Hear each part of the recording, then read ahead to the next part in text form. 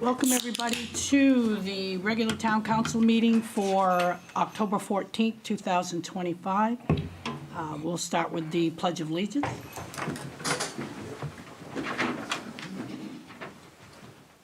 Pledge allegiance to the flag of the United States of America and to the republic for which it stands, one nation, under God, indivisible, with liberty and justice for all.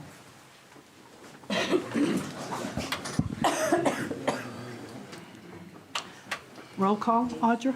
Mike Joseph. Here. Fran Hudson. Here. Doris LaBranch. Here. Adam Lint.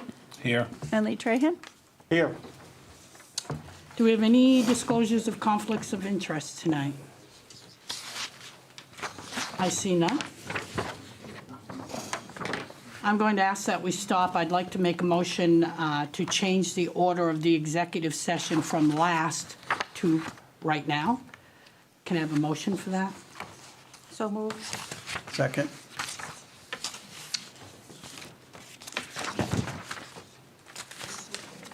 And a vote? Mike Joseph. Yes. Fran Hudson. Yes. Doris LaBranch. Yes. Adam Lint. Yes. And Lee Trahan. Yes. Motion to move the executive session to the beginning of the meeting passes 5-0. And could I have a motion to go into an executive session, 1 MRSA subsection 4056E, consultation with legal counsel? So move. Second. And a vote, please. Mike Joseph. Yes. Fran Hudson. Yes. Doris LaBranch. Yes. Adam Lint. Yes. And Lee Trahan. Yes. Motion passes 5-0.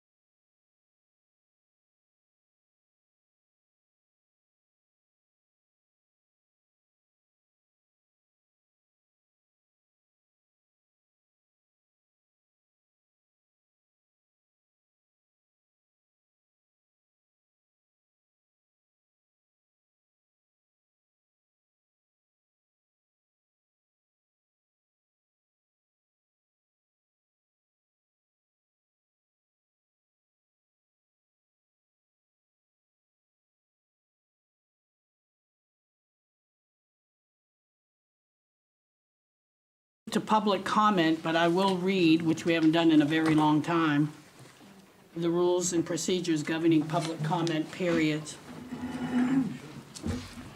A public comment period shall be conducted at all regular town council meetings, at which time citizens will have the opportunity to be heard on matters directly relating to town business that are on the agenda.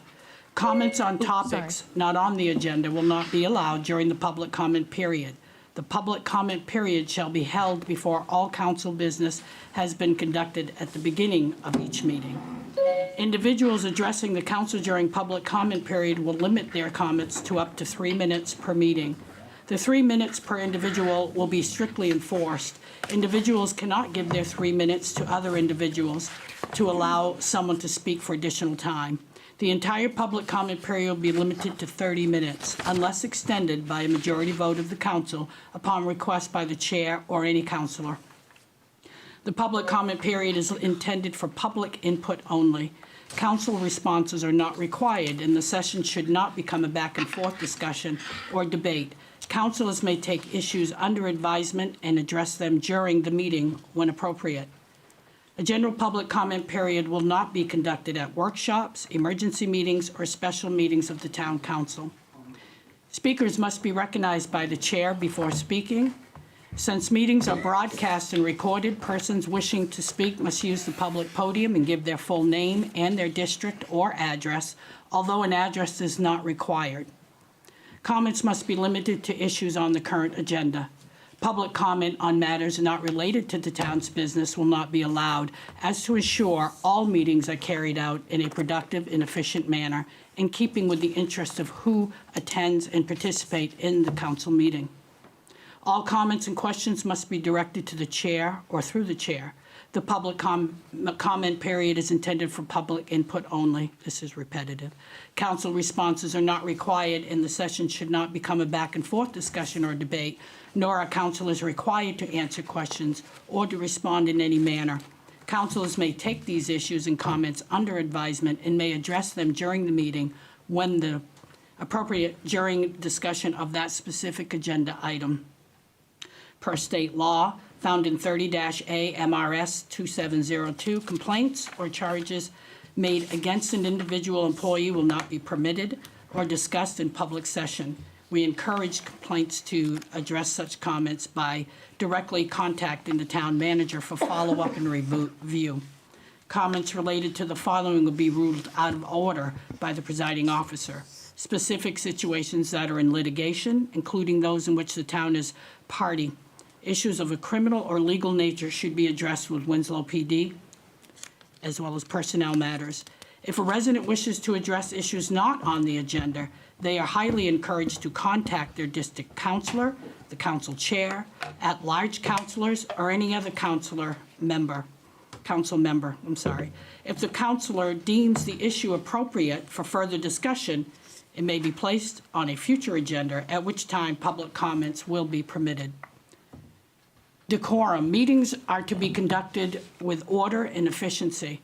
Civility and proper decorum are expected at all times to allow for the proper ability to conduct town business. Individuals are required and expected to conduct themselves in a respectful manner to everyone in attendance. Swearing, shouting, etc. will not be tolerated. Any individual who engages in disruptive or disorderly behavior that interferes with the meeting will be asked to stop. If the behavior continues, the individual may be asked to leave or be removed from the meeting if necessary. Those are the rules, and now we open up public comment for anybody who'd like to speak.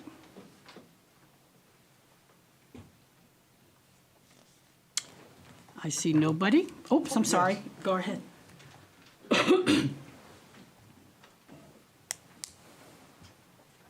My name is Ted Colanduno, 21 Marie Street. I know it's kind of out of order. We haven't discussed the top of the, No, you're fine, because anything that's on the agenda is the time to speak about it, so Okay. there's no order. Yep. okay.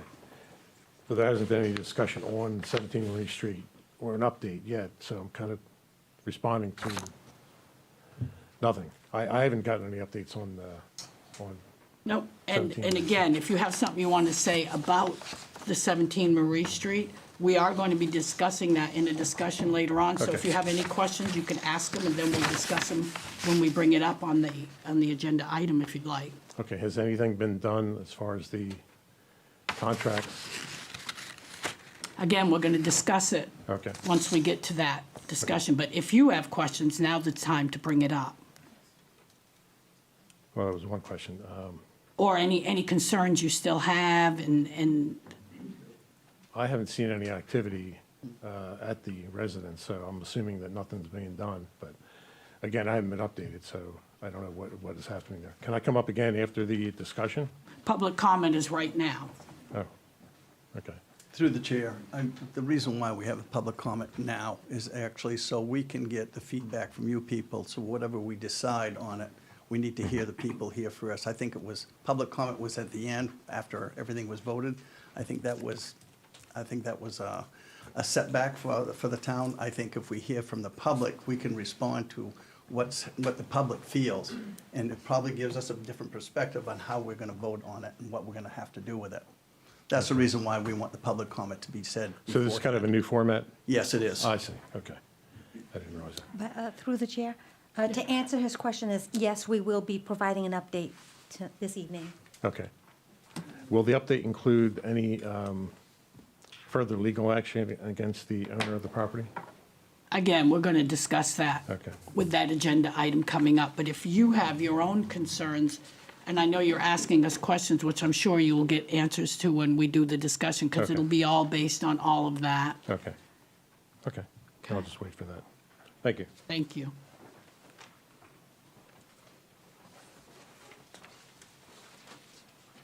Anybody else?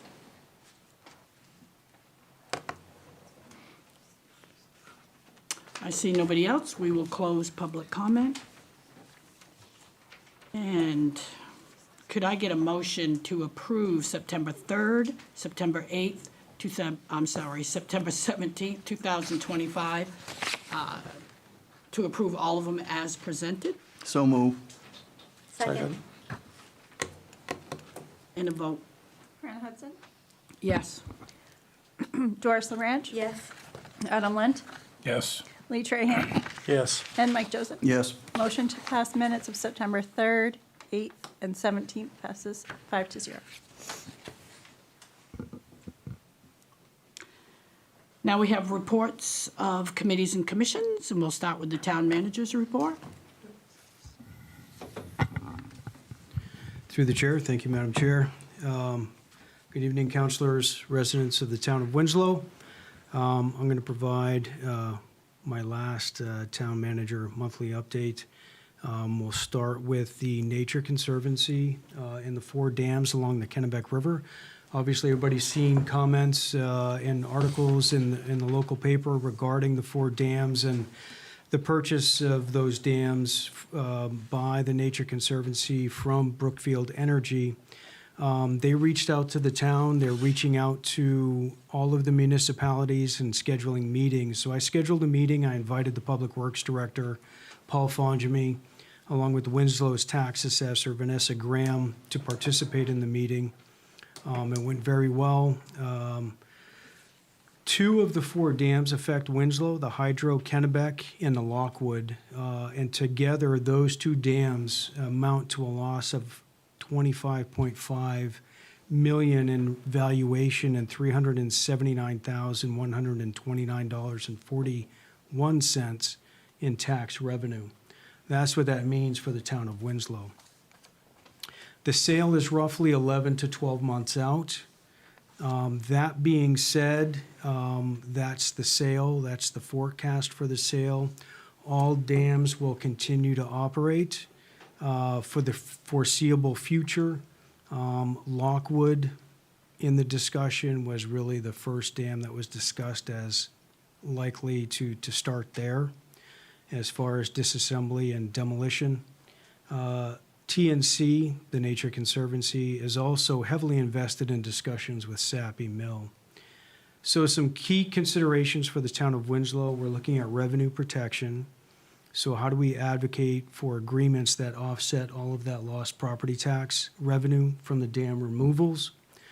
We're looking at a partnership role, so ensuring that Winslow has a seat at the table when they develop their nonprofit organization to start, the process of dismantling the dams. So we want to be involved in that planning process. We want to be involved in the restoration of those lands and those waterways, and what that means for the town of Winslow. We want some sappy mill insurance. We're going to push for enforceable commitments to ensure the mill's water needs are met, avoiding any indirect economic harm to the town of Winslow and its residents. Something that negatively impacts SAPI, impacts the region, and that's pretty important to us. Public engagement, anticipate strong opinions locally. So we know that there's going to be conversations pro-environment, pro-industry, and we're starting to build our information packets. We're going to work with the TNC to put out some public information sessions. So my thought moving forward and talking with Paul and Vanessa regarding the meeting and what are we going to do going forward and how we're going to keep the public informed is probably January, February timeframe. I'd like to bring back that TNC working group and conduct a formal presentation to the town council. Because as they're having all of these meetings with all of the surrounding communities, they're gathering information, what's important to each community, and they're gathering ideas. So they're going to kind of bake all of that stuff into their presentations when they come back. After that presentation, I kind of foresee some sort of a town hall where we can get the public, whether it's at the school auditorium, the VFW, some sort of a venue where the public can come sit and have basically a Q&A with the TNC and find out, get your questions answered, basically. So that's what I'm looking to do, and obviously passing on to the new town manager as far as my guidance. The next item for the September monthly notes, we conducted an employee appreciation barbecue. So it's one of the few times, I don't think it's happened in the past couple of years, so it's that one time where we get employees from all over the town to share a meal, share some time together, and for department heads to say thank you, and for me to say thank you to all the employees for all the work that they do. So it's a really important event, and we appreciate the town's understanding for shutting down the town office for an hour. It's really that important, so thank you. Let me see if I can scroll down here. Next item is Pineview Homes project. So I attended a town council, a planning board meeting in the month of September. So the ball is starting to move forward with regard to the Pineview Homes project. For those of you that are not aware, Pineview is a 50-unit mobile home park on Route 201, just behind the Pineview Homes display area. And what that means for the town of Winslow is a modest estimate is we're looking at revenue of somewhere around $200,000 for the town of Winslow, so that's a good thing. Last time I talked to Trish Banks, they're looking at a 55 and older community, so there's another tidbit of information there. Winslow Fall Festival is the next item. I attended the planning meeting during the month of September, and hopefully everybody had a chance to attend the second annual Winslow Fall Festival. Excellent event. I can't speak more highly of Amanda McCaslin, our Parks and Rec Director. She's a true staple for the town of Winslow, and she executed that event along with all of the other volunteers that made that event happen. So thank you all.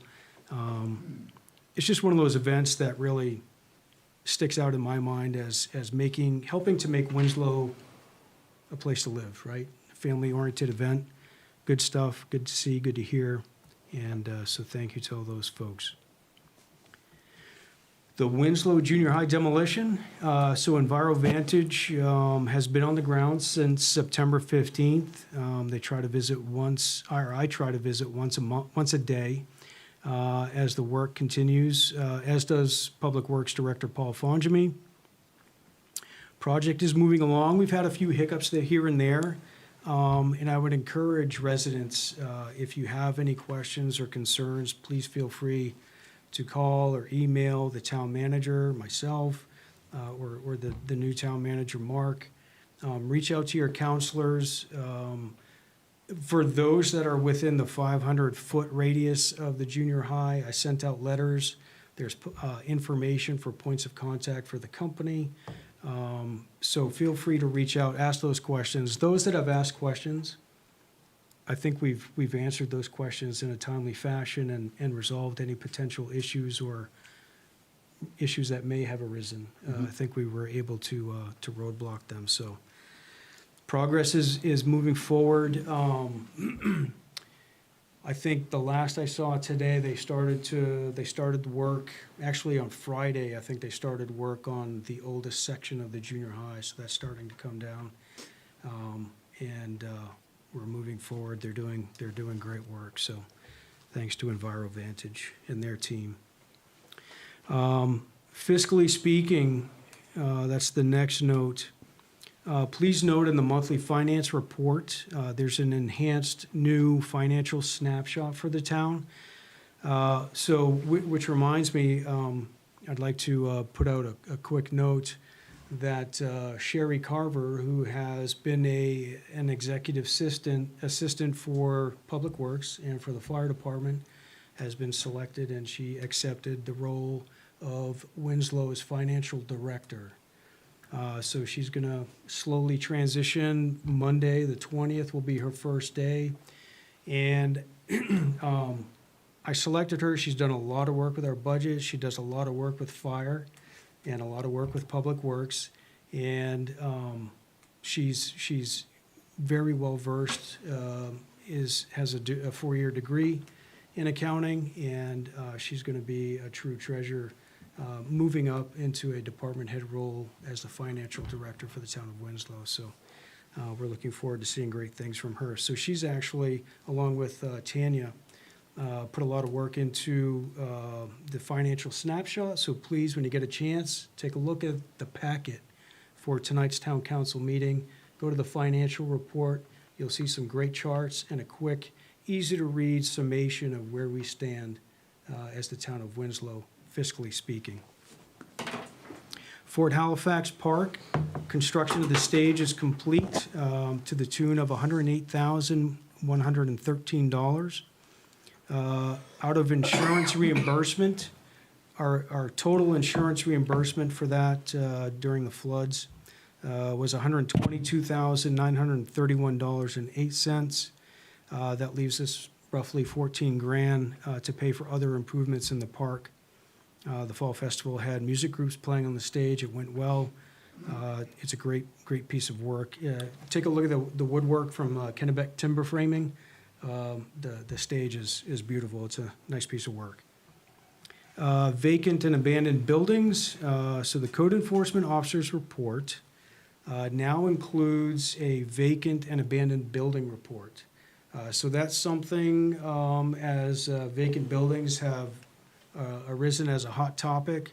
I started to take a look at it. I put together a report. It's an Excel spreadsheet. Right now, we're tracking 15 vacant and or abandoned buildings, whether they had a fire and are waiting on insurance or whatever the case may be.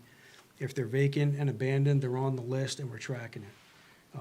And so from here, I gave it over to code enforcement. And we're going to work through those reports and continue to update the public through that report. So be on the lookout for that as you scroll through the packet for the town council meeting. We'll have more information on vacant and abandoned buildings later on in tonight's discussion items. And barring any questions, those are all the notes that I have. So I'll hand it back over to you, Madam Chair. Thank you. I'm sorry, go ahead. Yeah, I do have I want to clarify one point, that the Pineview Mobile Home project is actually going to be located across the street from the current Pineview Mobile Home location, and the homes behind the Pineview Mobile Home office, they're actually owned by a different entity out of state. So the mobile home project is actually across the street where they currently sell the homes. Yes. Yeah, I did a site visit, and it's going to be good. It's going to be good. Definitely much needed. Thank you. Thank you. I wanted to say, first of all, I apologize, Mark, because I was supposed to plug you in much before now. I wanted to introduce our new town manager, Mr. Mark Amaral, who I believe starts today, correct? I do. Do you have something you'd like to say, Mark? Yeah, I have a few words. Madam Chair, thank you, councilors, residents of Winslow. Good evening, everyone. It's an absolute honor to stand before you today as the new town manager of Winslow. I want to begin by expressing my deep gratitude to the council and to the community for placing your trust in me. The town of Winslow has a proud history and a future full of potential, and I'm excited to be a part of that. While this is my first official role as a town manager, I bring with me a wealth of transferable skills and experiences that have prepared me for this position. Over the years, I have led personnel in departments, managed budgets, facilitated community partnerships, and navigated the challenges of public service. These are the very skills that the town of Winslow needs in its town manager. Strategic thinking, clear communication, fiscal responsibility, and a steady hand when things get complicated. What I may lack in title history, I make up for in proven leadership, a strong work ethic, and a deep understanding of what it means to serve a community. I see this role not just as an administrator, but also as a connector, someone who brings people, ideas, and resources together to move the town of Winslow forward. I'm here to listen, to learn, to lead with integrity. My goal is to bring stability to the town of Winslow and longevity and to the position of town manager.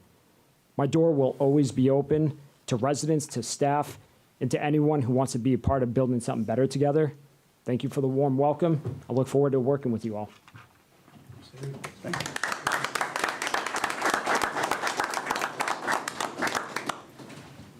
Thank you, Mark. Do we have any more department reports? Okay, fine.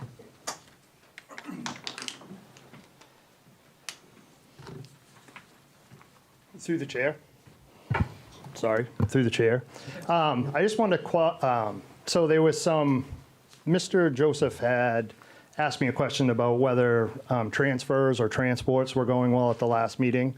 And it took quite a hit on the social media side of what I had said. Transfers were slow. They're starting to pick back up, but transporting is absolutely going smoothly and very well. And you can see that through the snapshot when you take a look. So I just want to make that clear and concise what we were talking about, so it will clear any misconceptions that happened from the last meeting. Mike, That's all I maybe have. you can explain the difference between a transport and a transfer. So the transfer is an interfacility transport. So in other words, if somebody needs to go from hospital to hospital, hospital to home, that's what we do. So if they need to go from Thayer to Augusta or Augusta to Portland, that's an IFT or a transfer, which is an in-facility transport. And that's what was slow. And that's what was slow. As far as transport and call volume, we're over 100 calls ahead for this year, over last year, and we are handling them quite well in-house and with our mutual aid partners. So it's going well. Thank you, Mike. You're welcome. Excuse me, Mike, I Yes. got one question. So in other words, we're working in the block. Absolutely. Okay, thank you very much, Mike. Yes. So Mike, Yes, ma'am. you mean to tell me there was misinformation on social media? Yes, ma'am. And that's what I'm trying to clarify tonight. Thank you Thank so you. much for the great work you all do. Thank you.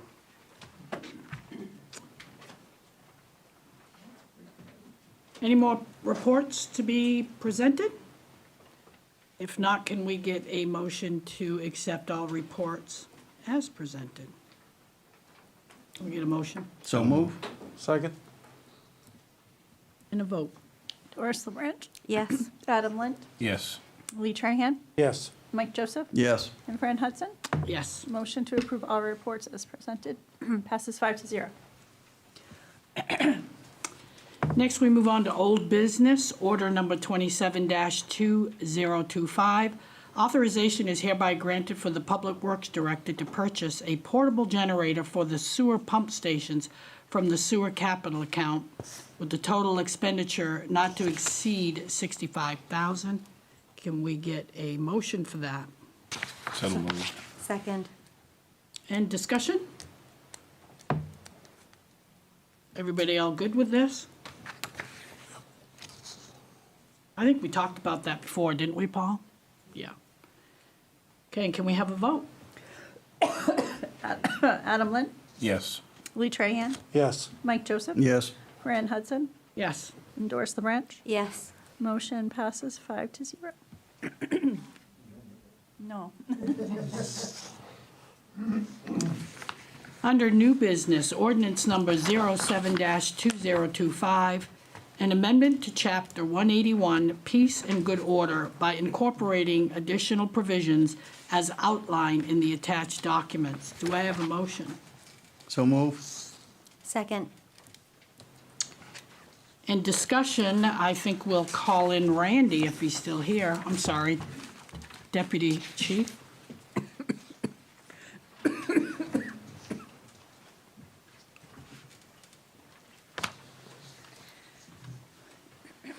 Good evening.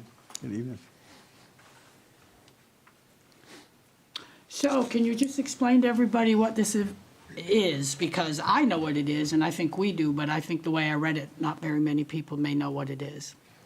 So basically, we've been struggling with unhoused population in town, most of which were flocking over here from Waterville because we didn't have any kind of ordinance to deal with the situation.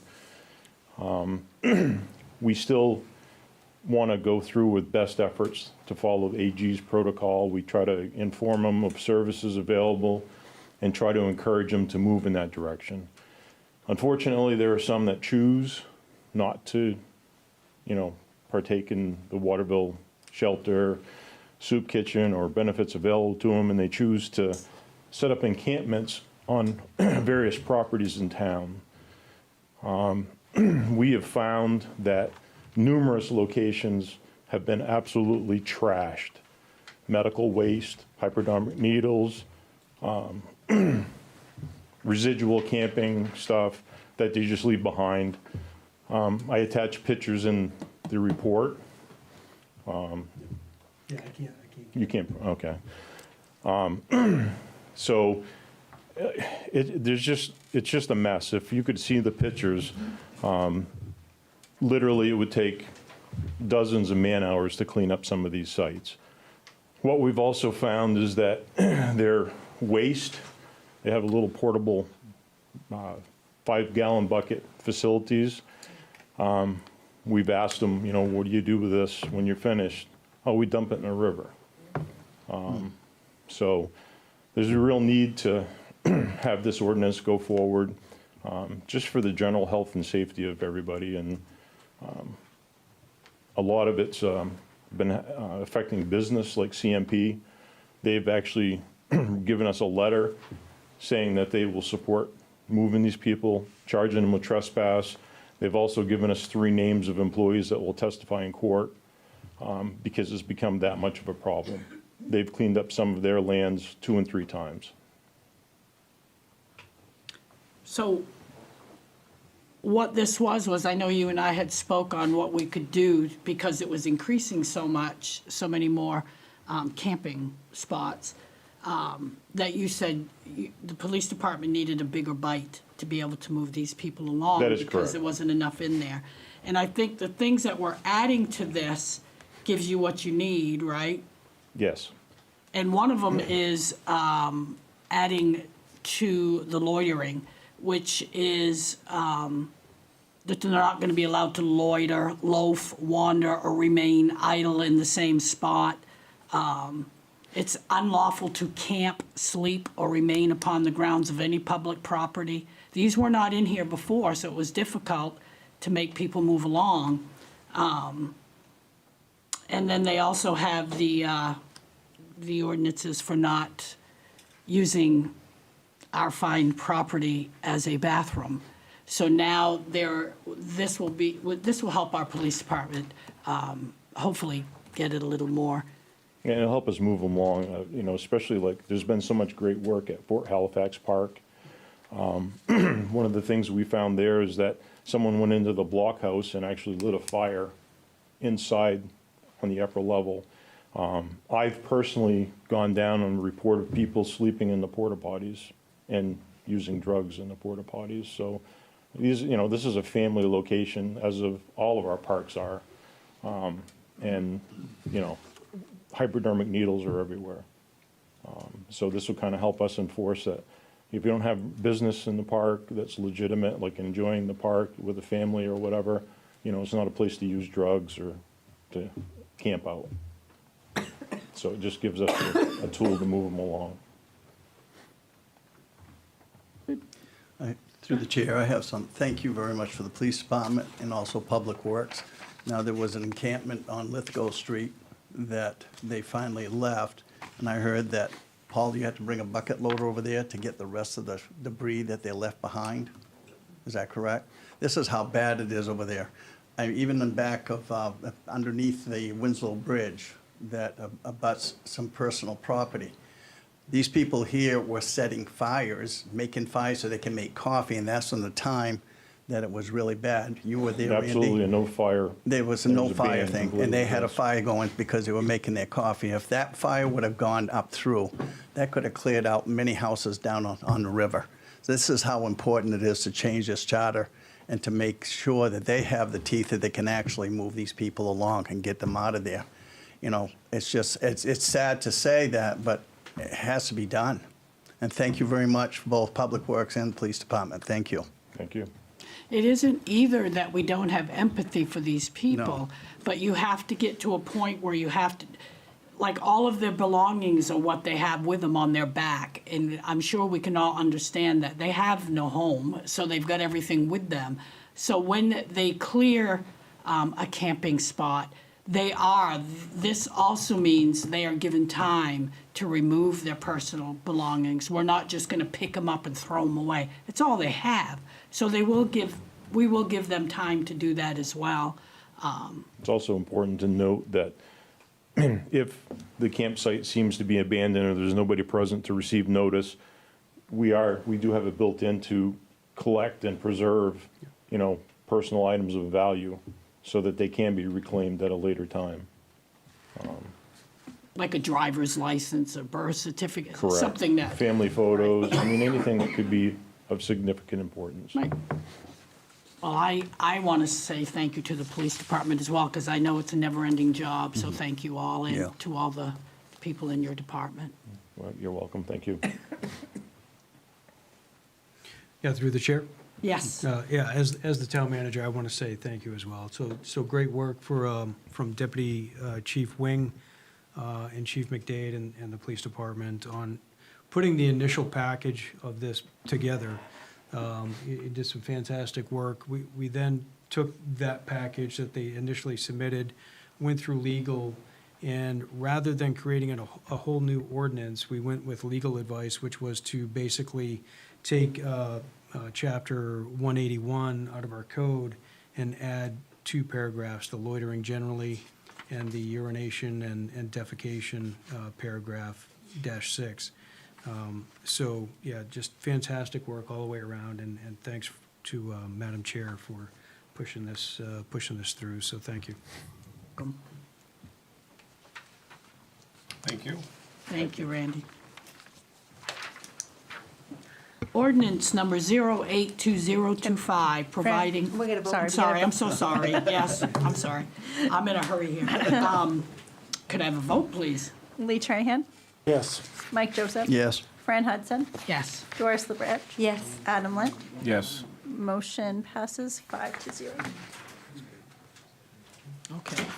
Ordinance number 082025, providing for pursuant to 22 MRS 43051, the municipal officers hereby enact the attached municipal general assistance ordinance with appendices in its entirety, presented by Steve, because I don't have any idea what that is. I can talk Oh, to that. I'm go the ahead, General Audra. Assistant Administrator. This is just an annual update to the GA maximums, what we can pay for assistance, just to go over a few of the numbers. So currently, if you make over $943 in a month, you're over income for general assistance, and that is going to go up to $985. So that's an increase of $42 per person, roughly, depending on the number of people you have in your home. So that just gives me some leverage on how much I can pay for an apartment or heat or CMP. And these are done annually, right around this time. Okay, do we have a motion Second. and a vote? Mike Joseph. Yes. Fran Hudson. Yes. Doris LaBranch. Yes. Adam Lint. Yes. And Lee Trahan. Yes. Motion passes 5-0. Order number 26-2025, the acceptance of a section of Partridge Lane as a public way within the approved Heartland Estates condominium subdivision as recorded at the Kennebec County Register of Deeds. Do we have a motion? So move. Second. Any discussion? And a vote? Fran Hudson. Yes. Doris LaBranch. Yes. Adam Lint. Yes. Lee Trahan. Yes. And Mike Joseph. Yes. Motion passes 5-0. 5-0. Order number 29-2025, authorization for the town manager to accept a deed for a parcel of land at the end of Lee Street from Steve Martin, allowing for the extension of Lee Street by 100 feet and the creation of a 50-foot wide turnaround. So moved. Second? Any discussion? Yes, through the chair, I have a question. That turnaround, Steve's here, isn't he? Is that turnaround going to be a cul-de-sac? No, It's just a turnaround? hammerhead. Oh, it's a hammerhead? Okay. All right. Everything's all set with you, Paul, on that? Yeah, I brought this up.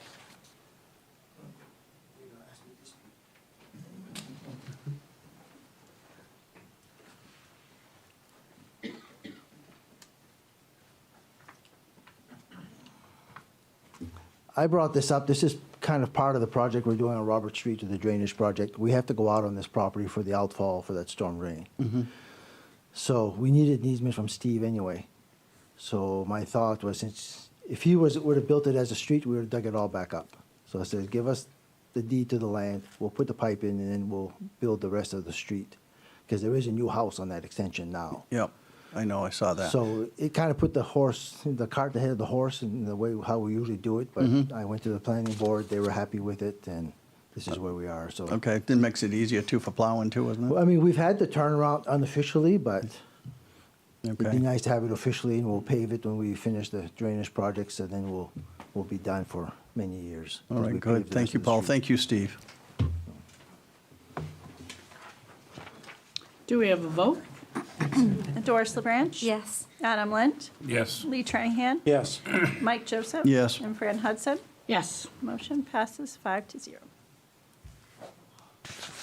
Order number 30-2025, the abatement of personal property taxes on accounts that have been deemed out of business, or the tax collector has determined that the collection cost would be greater than the taxes to be collected.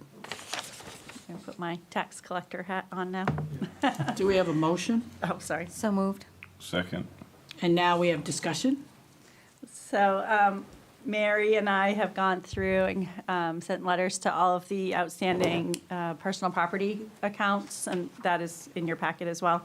A lot of them have closed, or they've been just kind of hanging out, and these businesses won't pay, and that amount is there. And it's just kind of cleans up the books, gets everything cleaned up a little bit. We try to do it every year, but it has been a few years since we've gotten it done. Got it. Can we get a vote? Adam Lint, Yes. Lee Trahan, Yes. Mike Joseph. Yes. Fran Hudson, Yes. and Doris LaBranch. Yes. Motion passes 5-0.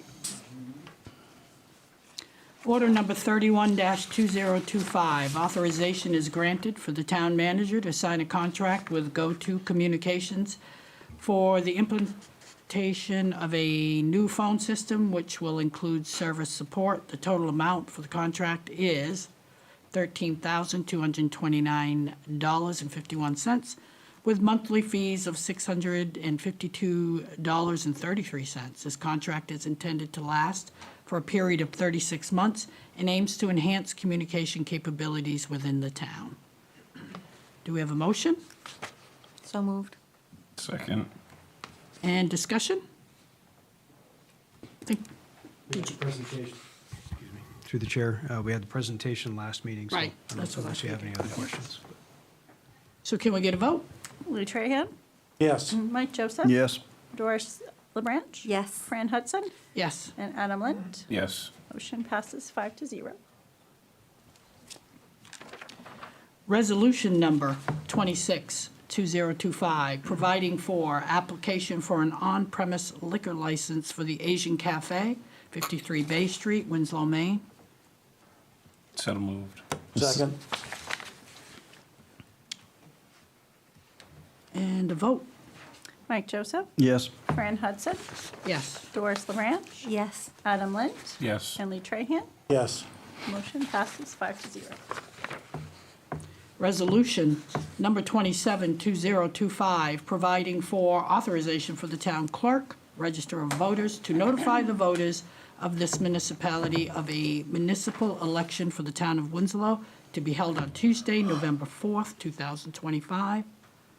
Do we have a motion? So moved. Second. Any discussion? Are you all set, Audra? Oh, yep, sorry, you ready? Fran Hudson? I meant for discussion, but Oh, we can yeah, go. you're all set. Let me have my election, I guess. Mine's a yes. Doris LeBranch. Yes. Adam Lint. Yes. Lee Trahan. Yes. And Mike Joseph. Yes. Motion passes 5-0. Resolution number 28-2025, authorization for the town manager to proclaim October as Municipal Officials Appreciation Month, with 2025 dedicated nationally to firefighters. So moved. Second. Any discussion? I do have something I'd like to say. On behalf of the Winslow Town Council and all our residents, I want to express our deepest gratitude to the brave men and women of the Winslow Fire Department for your courage, professionalism, and selfless service in protecting our families, our homes, our community every day. October is nationally recognized through Fire Prevention Week and National First Responders Day, and locally here in Maine as Firefighters Recognition Day. This proclamation designates October as Winslow's Firefighters Appreciation Month, a small token of our appreciation carrying the heartfelt thanks of an entire town that recognizes the sacrifices you make. We are proud to call you our own and honor you today throughout this month.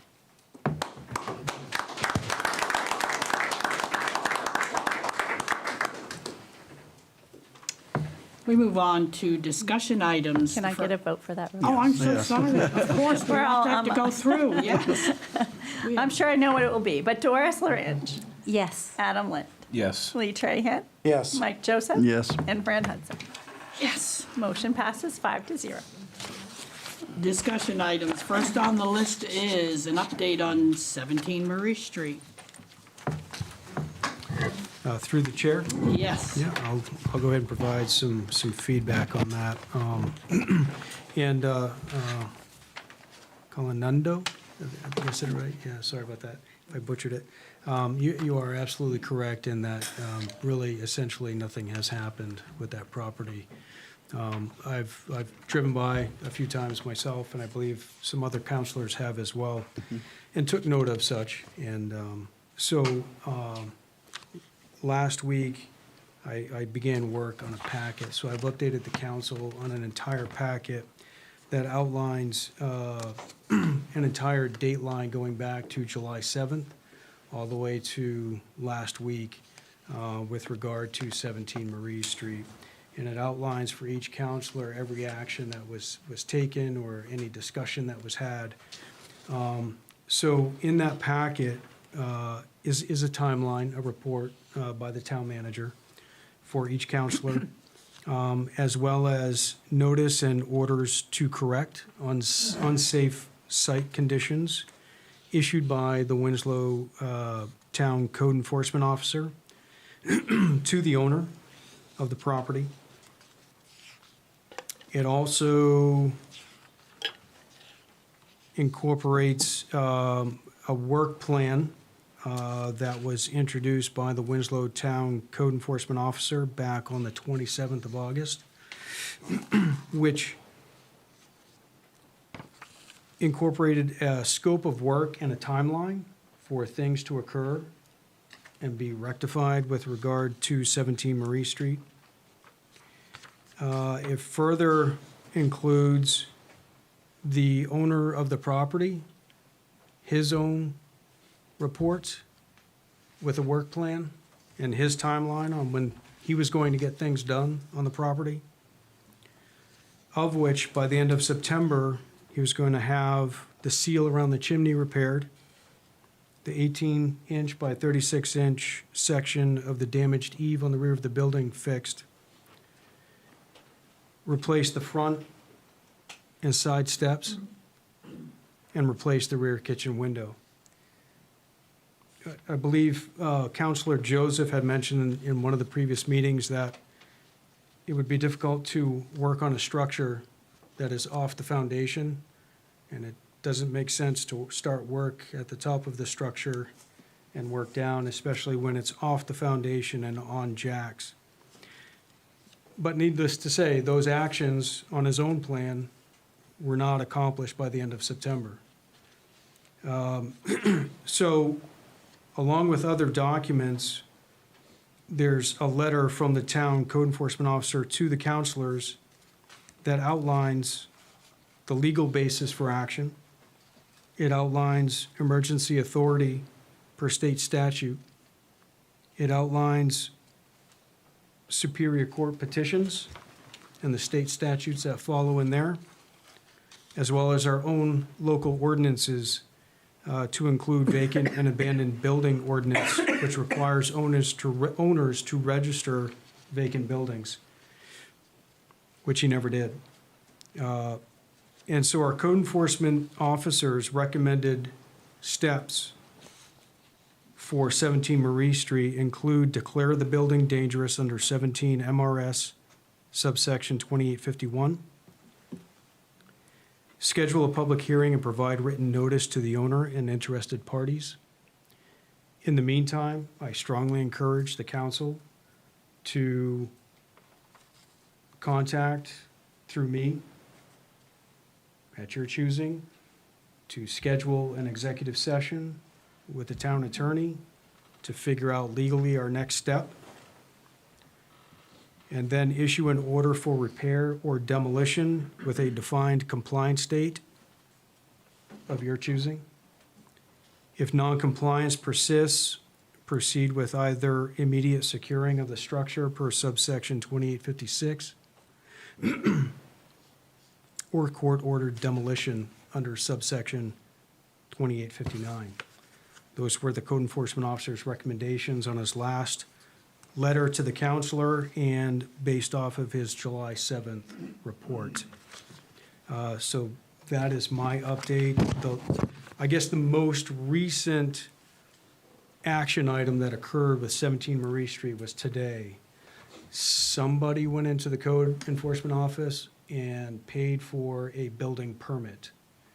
So a building permit was issued today, so hence the need for public notice and an executive session to figure out what our next steps are, given the fact that there's a building permit in play. I'm not a code enforcement officer, so I don't know, but I can do a lot of research. I don't know all of the codes offhand.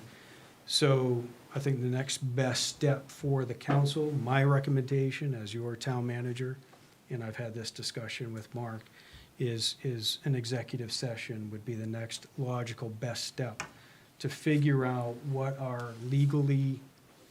we can do legally as our next step. Because today is the town council meeting, and today a building permit was sought by the owner. On the 7th of September, the owner submitted his work plan, and our town council meeting was on the 8th of September. So we're continually kicking the can down the road with nothing happening to 17 Marie Street for the past 12, 15 years. So that's where we're at with 17 Marie Street.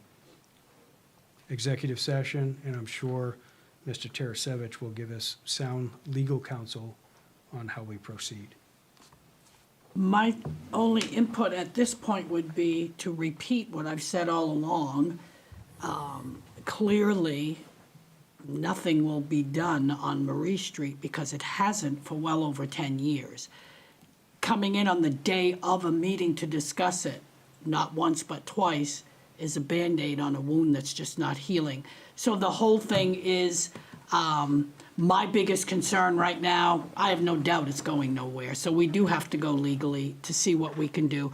But my biggest concern is how unsafe that building still is, because I thought on one of these, Steve, it had said that they'd have to put up a chain link fence. The orange fence catches your eye to stay away, but they need something to keep those kids out of that building. Through the chair. Yes, there is a reference to, and that was part of, I forget the title of the document, pardon me, notice and order to correct unsafe site conditions. So it was evident there was some work done at some point where the rear wall of the foundation had completely caved in and it was open. So right now we have a completely open foundation that's open to the public. In the notice and order to correct, it was noted that the owner was given the option, either put up a chain link fence or put up a 4-foot orange plastic snow fence. Based on my understanding and reading of not only OSHA, but other codes, to include our own, in our state statutes, because that is a house on 2 jacks, it's not cribbed, it's a completely open foundation, the adequate securing of that site would be a 6-foot minimum chain link continuous fence around that property. That would be a physical barrier to somebody, some kids potentially going in the underneath the basement of that structure. And that thing is not in good condition. I mean, the bones are pretty decent. You Yeah, saw them, inside, Mike and yes. Mike, right? So the bones are pretty decent, but it's at least 8 inches, 10 inches off the foundation. All of to the that. In left. fact, if you look through the front, you can drive by. You can drive by it, and during the daytime, you can actually see through the Yes. crack out to the back Yeah, side of the that front house. foundation is now It's caving in. even more. And probably more so now where we've had some rain, it seems like it's creeping in more. Seems like the house is leaning towards the back. And they have 2 jacks there, which it was supposed to be cribbed. Lenny had said that he would crib it, and that's what it is. They use an 8x8 or a 10x10. And what they do is they pass an I-beam right straight through on 2 sides and in the middle to make sure the structure is safe. None of that's been done. And the foundation is cracked on 3 corners that you can go take a look at. It's completely disconnected from the other walls. So actually, that wall in the front is moving, and it's dangerous. The jacks over there, I wouldn't put it underneath a car. And I mean, that seems like it's gonna keep moving. If you get some more rain, what I'm afraid of is kids get in there. I mean, a snow fence is not gonna stop them. I mean, I see kids that climbed over the fence at the junior high. That was just a That's couple correct. weeks ago before we put the no trespassing signs. Climbed over it, and he spotted me, climbed back over the other side of it. So this is just a precaution for you have 7-year-olds or 8-year-olds that's gonna venture out and say, hey, let's go down there, let's go take a look at that house. It happens. And then, of course, there could be a tragedy. Right, and for a 4-foot plastic orange snow fence is a visual barrier. It is not a safety barrier. No, it isn't. So being that the structure has an open basement, is on Jackson, is structurally unsound and unsafe per the code enforcement officer's report, then it really needs to be a 6-foot continuous chain link fence that is around that structure. Yes, absolutely. What about the boarding up? Wasn't that all boarded? The town paid to have it boarded, wasn't it? Yeah, it The was foundation sheathed, that yep. was boarded up too? Correct. Yes.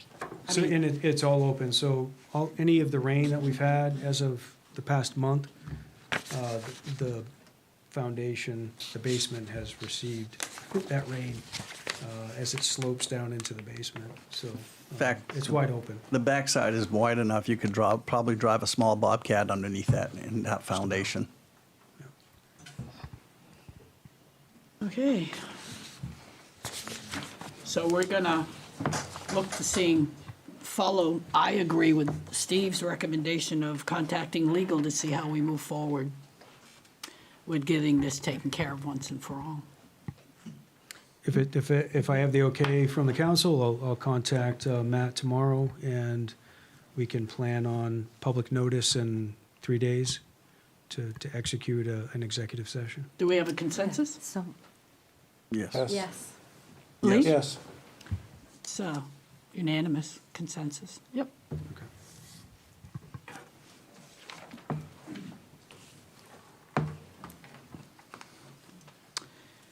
All right, next we have reducing the speed on the Augusta Road by Fortins to 35 miles per hour. That's Mr. Mike Joseph. We have a concern by some of the people that's living in the park across, well, it's a trailer park on the right-hand side that's there now. And actually, one of the people that spoke to me says, Mike, he says, coming from Winslow going into Augusta, it hits 45 miles an hour. If we're going to have more traffic coming from a new park, possibly a new park, and of course where Fortin is now putting another place over there, he's going to have more traffic there. It was asked if they could be dropped to 35, and I've talked to Paul about it, and I think this is something with DOT that we need to speak about, but I think it's a safety concern. Not so much coming from Augusta into Winslow, but it's that curve right there, and he was saying it's really blind, especially if they're stepping up on 45. As soon as they hit that light, they're gone around it. So if we dropped it down to 35 as a safety precaution, I think that would be very satisfaction to the people that live in there, Agree. okay? So Through the Paul- chair. So, Paul, do excuse, you have anything to add to that? yeah, I'd have to go back and look. Yeah. Yes, please. Yeah, I mean, I sat through the planning board meeting, and I listened to the gentleman that stood up and spoke. yeah, And he had a lot of concerns. Yeah, he lived in that yes, mobile home park on the right-hand side. And, you know, with Paul and our meetings and discussions with DOT traffic planners and engineers, they feel it's a. it's adequate to it's- change it. Absolutely, Yeah, yeah. good. It's- Yeah, the last time we did that was up on Clinton, up above the shop. Yeah, And it has to go through DOT, and I believe, and it's been a while, I think we need a letter from the council to DOT requesting that they do a traffic study. okay, So I don't know if it's something that Steve or Mark can draft up and have you guys sign off on it. yeah. It's the formality that they want, I mean. Okay. And they're the ones who set all the speed limits, so. Yeah, let's move on that as quickly as we can, and I mean, that way there, we can get the traffic slowing down before it's actually completed with Fortin's and of course the other park as well. You know, it So could that way be, they it could be get- 4, 5, 6 months before they get everything done. Yeah, I know. By the time they go out and do a study and. Yep, you're right. Do their cross So their I'm Ts and thinking dot their Is, but- we move now, and I Yeah. think it's gonna be just in time for it to happen. Thank you, Paul. You're welcome. My memory fades me, so.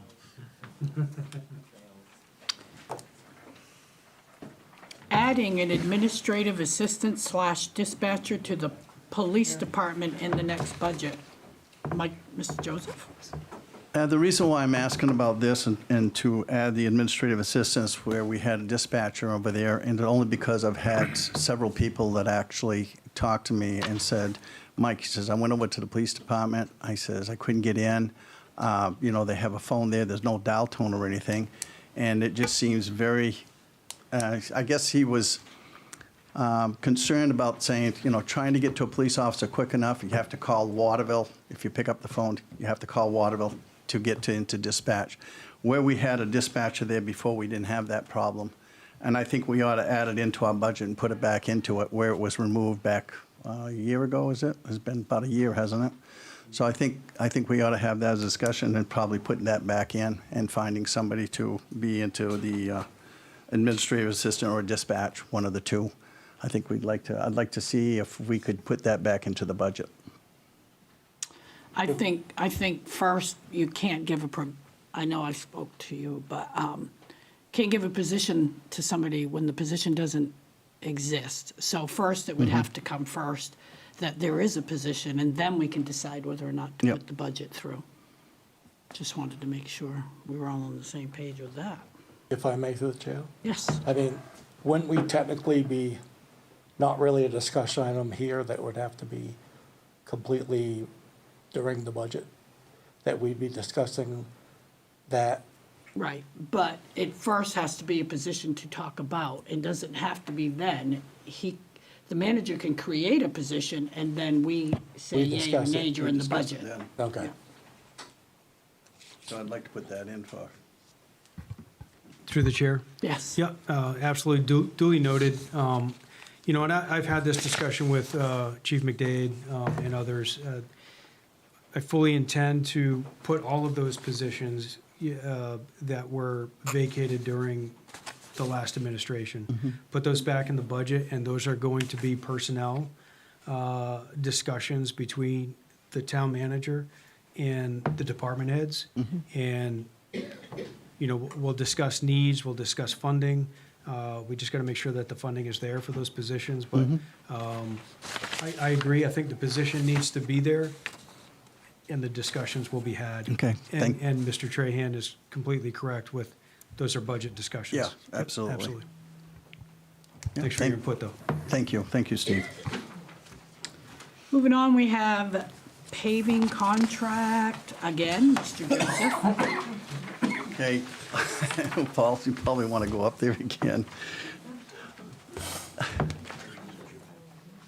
Paul and I had a discussion on, at first, Paul had brought it up to us as far as having Pike just throwing another year at a price that he would hold from the past 3 years. Am I correct, Paul? Yes.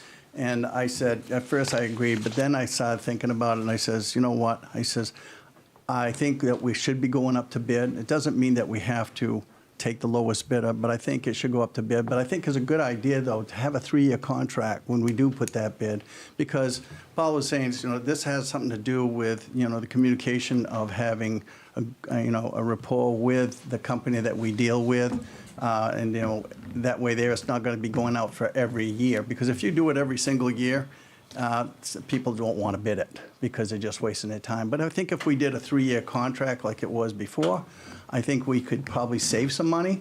And as long as, with Paul's expertise as far as the compacting of the the blacktop, and as well as the type of blacktop, to be all on the same page when they do go and they bid it, I think it would be proper for us to look at 3 bids. But I need the approval of this council here, because we said, yeah, we're going to probably do that 1 more year. I think we ought to do it for 3 years, but I said have Pike and the 2 other ones that Paul and I had discussed that could be very competitive, and I think it would be wise to go with a 3-year contract. So I'll leave it up to you guys. So Paul, is there anything you want to add to that? I brought it back the last time. I'd like to see extend the contract for another year, because I know if we go out to bids, we're gonna pay more. There's no doubt we're gonna pay more. And, they're the ones who made the offer. It's not like I went running after them to get them to extend it. They made the offer of extending for another year, because they like working for Winslow. Hopefully they like working with me, but we've always worked well together. And they've always gotten a good product, but it's up to the council. If we go out to bids, it won't go out to bids till springtime, because I don't want to go out to bids till we do budget times and we actually figure out, what we've got to spend. I'm not going to go out there and ask them for prices on 6 miles of road if we only budget 2 miles, so. Right.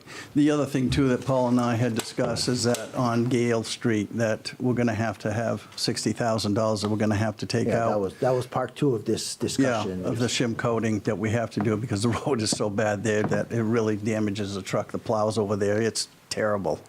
I mean, it's like a Talking buckboard. about Sunset Heights? Yes, yeah. So having some kind of shim coat over there to at least last until we start digging through there. But that's up to you guys if you want to do that. I think we ought to put it up to bid and have a 3-year bid, not for 1 year, but for 3 years. But that's totally up to you guys. Paul, I know we've already all talked about this, and we already all agreed to extend it. We're saving money to extend, right? Yes. Because the prices, I mean, the lowest price in the area was like Skowhegan at $100 a ton. We're at 93. The other places are 124. Waterville was $150 a ton. Apparently they don't like working in Waterville, but anyway. It's just, I understand the point, Mike, about going out to bid for jobs. I totally agree with that. But I'm a little conservative when it comes to saying, did you already tell them we agreed to the I extension? have not. They approached me offering the offer to extend for another year. I haven't answered them back. So after our last conversation where we agreed to do it, you didn't go back and I tell them? didn't go yet? back yet because I immediately got the feedback from Mr. Joseph and just, I wasn't comfortable at that point. Makes me a little bit nervous to go back on having a deal. It's up to you guys. I'm just giving you my concerns with it as far as bidding. And Paul had some, he had some good points about it, but to me, I think it's great to have bidding. It just keeps people on the even keel. And I think it's even better having a 3-year contract than just having bids every year, because I know for a fact, I do the same thing. If you're gonna bid it and you lose it every year, you're not gonna bid it again. But if you have a 3-year contract, I think that would be a good idea if we did a 3-year contract again, or whatever we do. Was that what we were doing, 3-year contract? This was the That's- first time we did that. I think it's a good idea. And we did that when Erica was here. And we basically copied, I think it was Kennebunk that had a 3-year contract. And it worked out well. I mean, Yes. We got a good price and they're holding the price. And it's not a contract like, if you sign a contract, let's say for school demolition, we have a fixed price. Well, they quoted us so much per ton. But if we don't do that tonnage this year because of other factors, they don't come back and say, well, you still owe us $100,000 because that's what the contract said. So the contract fixes the price, but they're flexible as far as how much tonnage we put down. If we go over, the price is still good. If we don't put as much because you guys didn't budget as much, in the coming year, they don't come back looking for the extra money. It's not a lump sum contract, but it does give us that protection of the cost. Ideal world, extend it another year and then go out for a 3-year bid. That's totally up to you guys. I'm just telling you what I think. And I depend on the council to make that decision. If I may, through the chair. Yes. Paul, question. As far as them wanting to extend 1 more year, do you foresee like any hidden agenda on why they want No, to 'cause do that? I They mean, did that to us, God, my memory fades, but probably 6 years ago when they were paving for us. And they came back and offered an extension. It's been a while because Mike Hevner was still the manager. And they came back and offered an extension of the previous year's prices, and we moved forward because in the past, I always signed the contracts. But since this was a 3-year contract, it had to go through the council because the council is the only one that can approve a contract that extends from 1 year to the other. But normally, we used to go out to bids, I'd sign the contract, and we'd move forward, and it's just. but What's the benefit of extending it the year? I don't remember what you Well, I told mean, us. we're locking in the price we had from 3 years ago, so we're at, we've got 3 different types of asphalt. The one that I put down was a certain size, that was $93 a ton. The other towns right now are paying 100, 124. If we go back out to bids, we're not gonna get 93. We'll probably be closer to 100. Well, if we do 4,000 tons in a year, it adds up to some money. Why would Pike have brought that to you? They like working with us. They're close. Well, Paul, there was, excuse me, through the chair, we did look at some of them that were actually lower than Pike's Well, prices. there was in Windsor, because Allstate has a plant in Windsor, so I'm Yeah. assuming that they're giving them a good price. I mean, I come from paper mill town. The paper mills are always genuine to do work for the town, because at the end of the day, they're paying a big percentage of those taxes anyway, so whatever money they can save on the taxpayer side, they're saving some money. So this other company has their own plant as well, so they can Correct. be very competitive. That was the thing that I want to look at. You already have all the bids? No, we don't have the bids. I haven't gone out to bids. No, he The hasn't only put it thing out. that I got was what everybody paid this year, Yep. the surrounding towns. And so other than Windsor and, forget the other town, they're right close by, everybody else was higher than we were. And he would keep the price where it is now for the Correct, next for year? another year.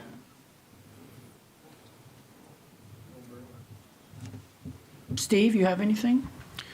No, he added a lot of great detailed information there. The only thing through the chair that I was going to add was really those relationships. And I've had this discussion with Counselor Joseph when he stopped by one day, about building those relationships. I am all about going out to bid. I don't like just giving a job or a contract to somebody because they're doing a good job. I really think that putting it out to bid, and I like that 3-year range, just like with the phones. I went with a 36-month contract. They initially floated us 60 months, and I was like, that's too long. I don't want to stay with this system. Things are going to change. Technology changes. So let's just go with, a 3-year 3-year contract. We have an opportunity, to stay in the cost zone that the pricing that we got 3 years ago, right? We have an opportunity to go 1 year. And I think it's important to acknowledge that we're extending 1 year only, and then we go back out to bid, But again, that's why you guys get paid the big bucks. Right? And if we want to go out to bid, get bids now, Pike's price is not going to be what it is right now, right? I doubt it, and like I say, for me to go out to bids now, I really don't even know what we're gonna be paving next year until we go through budget process. So it's kinda hard to Can't do it put now. numbers on it. Because usually I tell them, we're gonna do this road, that road, that road, it's 2,000 tons here, 1,000 tons there, they can price accordingly. I mean, we've had good relationship, look at Millennium Drive, they screwed up on Millennium Drive. He called me and says, we're gonna be back, because they got caught in the rain. Last load of the day, they got caught in the rain, and it's not good. They're gonna come back and grind it. I didn't chase them. They know I would've noticed, but Through the chair, also, Paul, I know somebody had come and talked to me about the outside of the roads, and you said that you were gonna be doing the those. shoulders, we're the gonna do the on shoulders in there. November. Tomorrow we'll be done hauling winter sand, and my trucks will be available, so beginning of Yeah, November. that was a question that was brought to me, and I Yeah. says, well, do we always do the shoulders? Is that, we always did it because we also Yes. did the culverts and we Yep. did the ditching, right? So we always did the shoulders. Well, this person here came to me and saying, why aren't the shoulders done? So explaining to them that they were bringing in the sand, and now we're gonna be getting onto Yeah. the shoulders and finishing I had that those discussion up. with a resident last week, why we were hauling sand when the weather's good, but it's because the weather's good and winter's coming. Okay, We'll get ready for winter, then we'll go back to work. okay. Well, I know we already did a consensus. I guess we're at the point now where we have to decide one way or another. Do you want to do a consensus on going with bids or going with the year? If we wait and go with the bids, and we have to go to bids, we're not going to get the price that we get now. I doubt it. I doubt it very much. So what do you guys think? I say extend the year. Extend it. Okay, The majority. that's fine. That's fine. I just So- had to bring it up to the So table. the other part of the paving discussion was, what Mr. Joseph just brought up is, we have money set aside for the culvert on the pond road. I'm broke on my paving budget, because I ended up having to fix Millennium Drive this summer, which wasn't in the budget. We spent $65,000 plus to fix a section of road that blew out this spring. Millennium Drive is our industrial park, all the truck traffic, everything that goes up through there, so we had to fix it. I was planning on going to do some shimming in Sunset Heights, because we've got a couple streets there that are really bad, that I don't know if we'll be able to plow them all winter long without damaging a plow. So I'm looking probably $65,000-$70,000 worth of. So I'd like to borrow from the money that we have set aside for that culvert. As long as the council realizes budget time, we have to put it back. That's about 60,000, Paul. Yeah, 60, 65. I'm going to go as far as I can and as thin as I can, but especially the street that we're not going to be digging up right off. Yeah. Through the chair, Paul. Yes. What street were you hoping to shim that was really bad? I've got Baldick, I've got Lucille, I've got Gale. Norton. So pretty much that whole, Whole development's in pretty bad shape. Joe Ave is not bad. No. Gale Street's really We did bad. Helen a couple years ago. 5, 6 years ago, probably now, but so probably like 4 or 5 streets, 5 yeah. or 6 It's streets. about yeah, I think it was like 3,000 feet of street or something. Unfortunately, the streets are 24 feet wide, so. And you're talking about just the shim coat on top? Yeah, probably an inch, 3/4 of an inch, just to get the plows by for a couple of years, because last year we were actually digging up. And Okay. if I ruin a plow and damage a truck, that's $10,000-$20,000 just on top of losing a truck and everything else, so. It's similar to the shim coat they did in Waterville on the Yeah. other side of the bridge, I right? mean, we did the Morrow Road. Well, the Morrow Road was probably 6, 7 years ago now, and we did the same thing, and it's actually held up better than I thought it would. You know, so it can go a ways. We did Helen probably 5, 6 years ago. It was B&B paving, and it's starting to break up now, but. Yeah, especially with the heavy traffic But they have there with it's, trucks. You know, it makes it plowable too, so. My trucks aren't cheap, and we ruin a truck, you know, Yeah. I've seen trucks climb over plows, and it's not a pretty sight, so. Ruins your day, Thank you, Paul. so. So do we all agree we'll go with extending it one more year with the understanding it's just for 1 year? I think we already did that. Yeah. Okay. I will make a phone call in the morning. Okay. Thank you, I Paul. won't give you guys a chance to change your mind. You're on the phone on the way out the door, we know. I can, I do have them on speed dial, but. Now, do you need our approval to move money and Shift take that money? money. That would be good to get at least a yay, nay. We want to just get a consensus on that, because you can't wait, you have to fix it. It's not like we have a choice. No. Like I said, You have to my hand fix was it. kind of- My hand was kind of, drawn this summer because I had to go fix Millennium. And you don't want to pay for it out of your own pocket. Preferably not. Okay. So do we have a consensus on taking the money, borrowing the money out? Yes. Yes. Yes. Yes. Thank you. There we go. Thank you, Paul. Paul.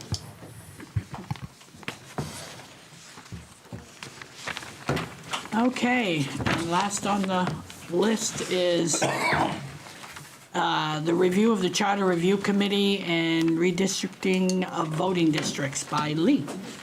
Yes, I'm on the Charter Review Committee, and myself and also the committee chair, Deb Russell. And my part that I wanted to talk about specifically was the redistricting of the voting districts. And I was still gathering information regarding it. Officially, the last time it was done, I believe, was 2011, 2001. All right, thanks. So it's supposed to be done every 10 years, but I'm still looking into more information. I know there's some statistics involved. Maybe Audra could jump in on that about there's something about 10% between the different districts, or the highest district, lower. I'm still going to look into that a little bit more, but it came up in the committee because I know firsthand, like, District 2 was originally on the south side of the Sebastopol River, and through the years somehow it's creeped up so that District 2 is actually across the river. It actually goes up Halifax Hill and goes all the way down to town-owned property on Halifax Street, where the old C.H. Vigil lumber yard. I mean, District 2 actually goes that far on this side of the river, and I just thought that was, I don't know, just a little strange of a boundary. I know that it's usually discussed through a committee, and like I said, I need to do a little bit more research on that. as far as what could be done and where we are on that stats for making sure all the districts are even as far as the amount of people. But as far as the review of the charter, like I said, Chair Deb is here, and she could fill us all in a little bit more on how we did with the committee.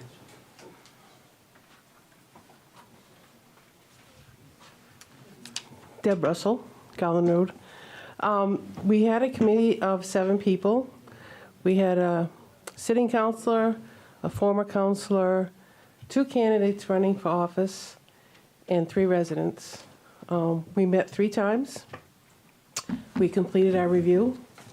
We've submitted a packet to the council for next month for their, to go over and decide what recommendations they want to adopt, what they don't want to adopt. From there, it'll go to legal for wording for whatever they decide to do. And at that point, if they adopt some changes, it'll have to go through a commission. A commission has to be elected at the next regular election.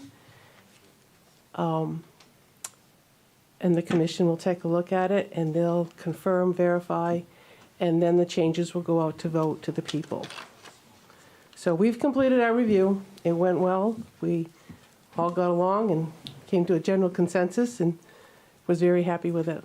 So if there's any questions, let me know. And like I said, the packet is going to council for next month, the next month's meeting.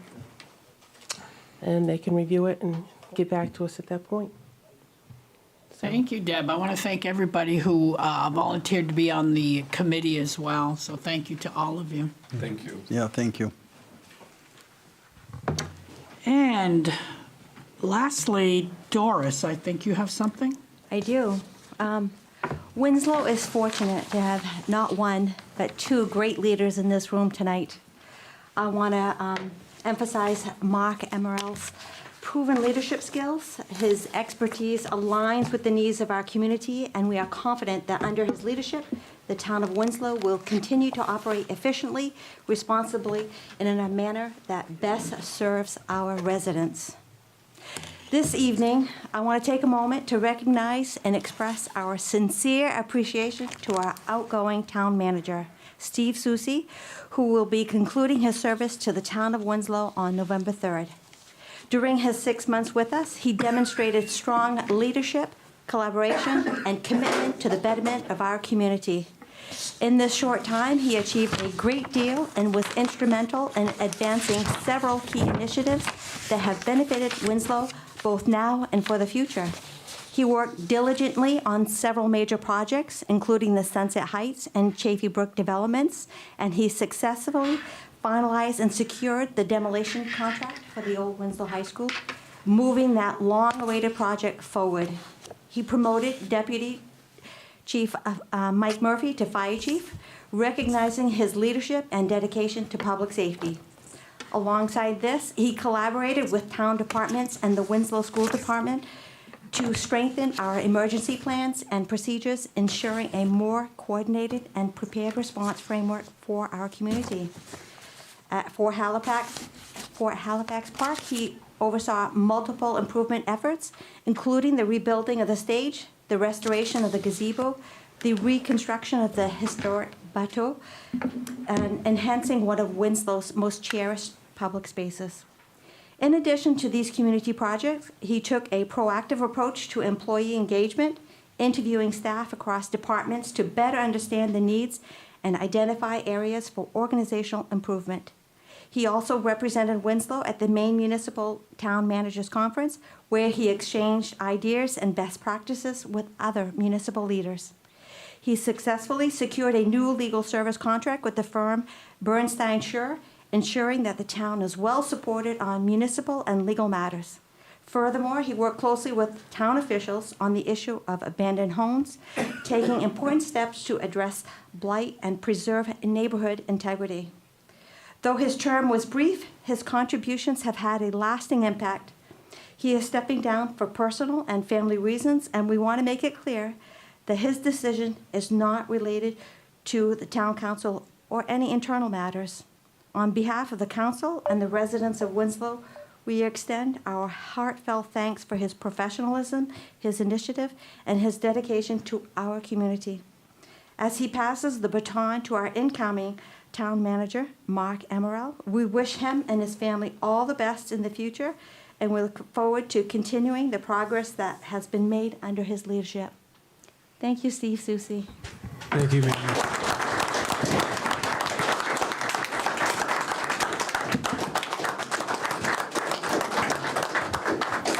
Real quick, you make it sound like I did a lot. I didn't really do anything.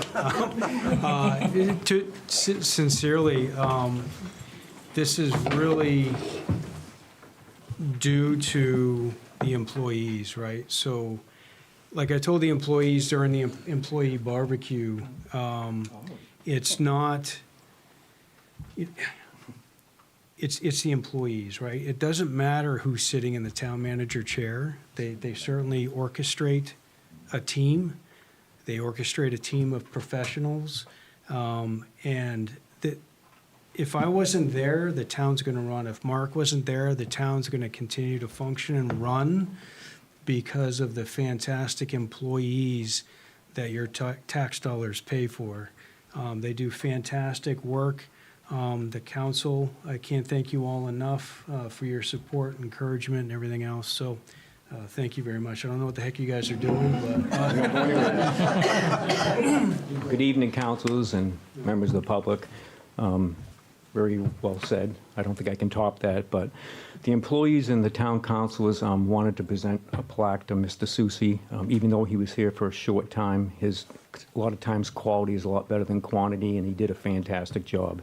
He was definitely a part of the team, and did a great job, and we really enjoyed working for him. So I have to put my glasses on to read this plaque. Presented to Steve Susi in appreciation of service and dedication to the community of Winslow as town manager. Presented by the members of the Winslow Town Council and town employees 2025. So,